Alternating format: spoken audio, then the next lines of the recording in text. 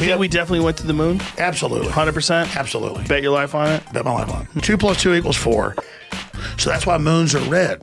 And the aliens would mind meld and give them the technology. They're bad aliens. I'm not Donald Trump. So are you surprised the Nazis were influenced by demons? They're keeping babies alive and taking their organs. You don't exist. Joe doesn't exist.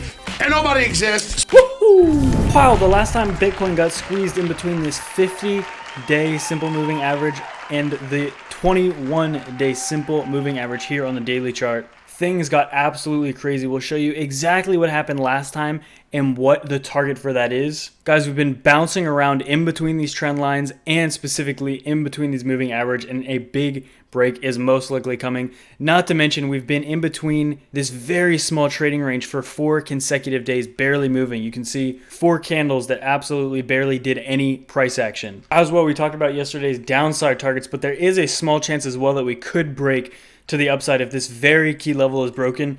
Specifically, I think we'll know before April 17th, okay guys? Very, very soon. We'll show you what the target of that is as well. Yesterday we talked primarily about downside, but today we'll show you what a break to the upside would look at and specific price trajectories. And as well, what is the chance that Bitcoin could hit $90,000 this year? We're not talking in the next few months, but we're talking the last few months of this year. Could that be a reality? We'll show you why these humans think it is. Let's get loose. What's going on, my little simpletons? Welcome back to another extremely jam-packed episode. Today we have a lot to talk about in regards to Bitcoin price. Specifically, the last time this pattern consolidated in between these two moving average, we saw an explosive break in Bitcoin's price. So that's going to be the primary focus of this TA today, but we have so much more to cover as well. Things are getting so crunchy lately. Guys, remember, if you want to enter for these ledgers, make sure to leave a comment below. Make sure to hit those dings. Make sure to hit those comments. And make sure to hit those likes. And we can just hippity hop into it. Wow, and today is the last day to get access to T4 for 30% off. You ever want to learn how we draw lines like that? We'll make sure to sign up. More on that later. Guys, so without a doubt, we got to check out this chart here on the weekly. Just take a big picture look at everything going on. 1, 2, 3, 4. Now, will this be the 5th green weekly candle in a row? Okay, massive red one, so it makes sense that we've had some green upwards momentum. Will we be breaking up to our specific target here finally, or will we continue trading sideways? We've been trading sideways for a fair amount of time. If we switch to this chart, you can see we've actually traded within the same like $100, $200 range for the past 4 days. Now we've had breaks, but we've essentially immediately gotten pulled back to the center line right here, which is also right on this line. So currently we've been really toying with this, and the momentum as I'm filming this now is pushing upwards. But more importantly, we have the 50-day moving average right here and the 21-day moving average. You can see this is really important in finding bounces and resistance there. And now this has been absolutely massive resistance for, I mean, the last time I was up there was there 4 days in a row and wasn't able to break it. Now actually consolidating into this pattern here, okay? So we have seen this before when the 50-day moving average is on top and the 21-day moving average is below. The last time that happened, guys, you see it squeezed right here. This happened actually as we broke out of the inverse head and shoulders back at the very beginning of 2020. You see finding resistance at the top here, finding support here at the bottom after we squeezed into it. And what happened? 1, 2, 3 days where we were just trading right on this. And then as soon as we broke out of it, things got really explosive. We found resistance at the top of this descending channel there. And then we continued up basically, and that's when the breakout really started, after we got squeezed into that. So the moving averages really decided, hey, you know what, guys? If we're going to make a move, we better make the move soon, and that kind of really just made it explode there. And that was the last time that the patterns were this exact, with the 50 being on top of the 21 and them squeezing together. So is that saying that we're going to get a massive break to the upside? Not necessarily. It's still likely that we're going to get a pullback over the next week or two. I'd say there's probably a 60% chance of that, but I would also say, guys, what does that mean?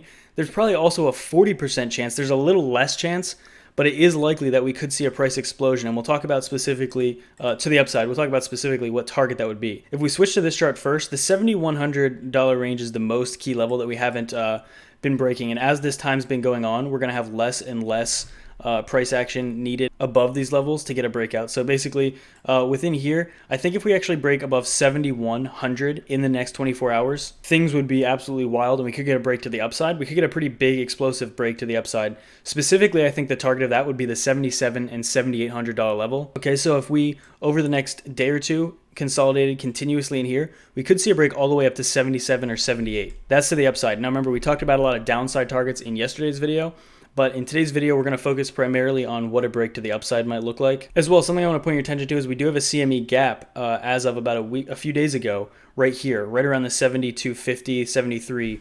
$100 level. So it would make sense if we came back up here, guys. Remember the last time something similar happened? Look at this. We had a gap here. We had this massive gap, and what happened? Naturally, it came up and it basically filled the entire thing. Ended up going down, but then it ended up going up more, okay? And it completely filled that gap. So we could see this gap filled because of that. And again, that's another reason I think it actually might be likely that we see some upside momentum in the short term. We're still kind of in no man's land in terms of our trading right now. We've just been really consolidating, and even really since April 2nd. So basically almost 2 entire weeks, we've just been fluctuating in here with not any significant price action. We see a big pump here, a decent dump, a few $100s on each of those 2 pumps, but other than that, price has really been in between $67,000 and $7,000. So about a $300 range for the past 2 weeks, basically, with very small movements above that, rejections here, and then support here. So ideally, guys, we definitely think by like April 17th at the latest, we'll definitely see a break one way or the other to the upside. Again, what I want to say is this area right here is going to be pretty big, but as time goes on, this decreases. So as time goes on, we need to get less and less price action to the upside to really confirm a bigger breakout. But again, that 8,100 and 82, 8,000 even is going to be pretty big. And we also have the 200-day moving average up here kind of looming right around 8,000. So that'll be a pretty big breakout target if we get up to that level. And guys, interestingly enough as well, the 0.382, actually, we're kind of like right above that right now, right around like 60, 68, 6,900, okay, on the Fibonacci from all the way at the top here to basically our low. I discounted like this massive wick right here just because it was very, very quick. But mostly we had a few candles close right in this area, so I put that as the low there. We're right on this area here, and that actually ends up putting us to, if a breakout target, you know, a little about the 8,000. So pretty much the same area, but we'd have to break above this line, which we're only like $100 away from right now, which is this descending, broadening wedge that we're currently find ourselves back in. This began all the way back on like February 14th, okay, so quite a long time ago. And if you're looking at it from this perspective, then we're actually at the very top of this descending, broadening wedge. If we're going to get a breakout out of this, now, this is something really interesting because I don't see many people talking about this because it's kind of ugly, which is probably why they're not talking about it. But think of it this way, guys. We were right here, and this was like a pattern people were talking about back in early March, okay, 2020. We were in this pattern here, and then we absolutely plummeted, destroyed the pattern because of what happened in the world economy. Now, who's to say that if that didn't happen in the world, Bitcoin would have broken up, because normally these break up to the upside actually. Who's to say that this wouldn't have actually broken out and we would have maybe gone on another spectacular run? So obviously the past is behind us, so that obviously didn't happen. But what we can say is that maybe this pattern is still valid where we tried to get back into it, and I think there's a lot of debate exactly what's going on with this pattern. Some people saying a bear flag, then there was a lot of people saying the ascending triangle. We've talked about both of those obviously on this channel, but I think there's been a lot of debate on it. So what about this third option here? What if we're actually just back in this descending, broadening wedge? And again, this is a case for the upside. What if we did get a break to the upside? Currently, we're still hovering right at this level ever since April 6th.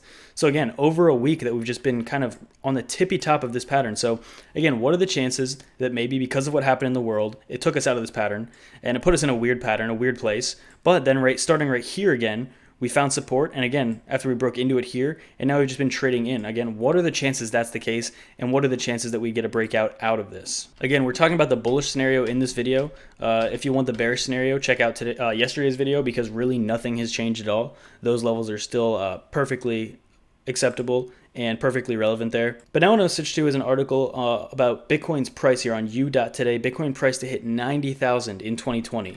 Okay, after the halving. So let's read a few things here. In his interview with Bloomberg, BitPay Chief Commercial Officer Sunny Singh stated in 2020 Bitcoin is very likely to surpass all-time highs of $20,000, and he believes that despite many people believing the price increase will be driven by approaching halving in May, he says the price could rise due to some events nobody expects. So what he means by that is some sort of event. You know, who knows if he's hinting at if he knows something or not, but basically he talked about Libra last year. I personally think it was more due to the Litecoin halving, but Libra was big news last year, similar to this time here. But also here, Bayer and LB Bank stated Bitcoin will hit 90,000 in 2020 in their research report.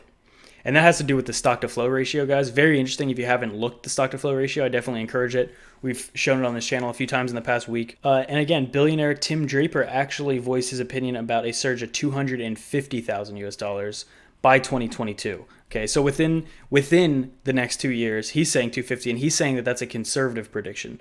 So very interesting. Let me know what you think about that there. And I want to highlight this point as well about the stock to flow ratio. The most intriguing question, of course, is what the future will bring. What is certain is that Bitcoin's stock to flow ratio will increase drastically next month, about 15 days from now, okay, in 2020, after the next halving from around 25.8 to almost 53. By contrast, gold stock to flow ratio, currently in the vicinity of 58, will only be insignificantly, if at all, higher next May. If May 2020 stock to flow ratio for Bitcoin is factored into the model, a price of about $90,000 per Bitcoin emerges. And that would imply the forthcoming halving effect has hardly been priced into the current price of Bitcoin's current roughly $7,000 valuation. So that's big news, guys. Let me know what you think. And as well, as we talked about earlier in the video, guys, this is the last day to get 30% off with the code PUMPAGE, because I get a lot of comments about the lines, everything like that, guys. If you want information on that, if you want to know how to do that on your own, if you want to learn basically everything I cover in these videos, but much more in detail about specific patterns and reasons and ways to look at the charts, then I definitely recommend checking it out. By far, the cheapest course you'll find on the internet, and that's for a reason. It's continuously updated, so if you buy it once, you have it forever. Guys, awesome. Let me know what you think. Make sure to leave a comment below, guys, and I'll see you in the next one.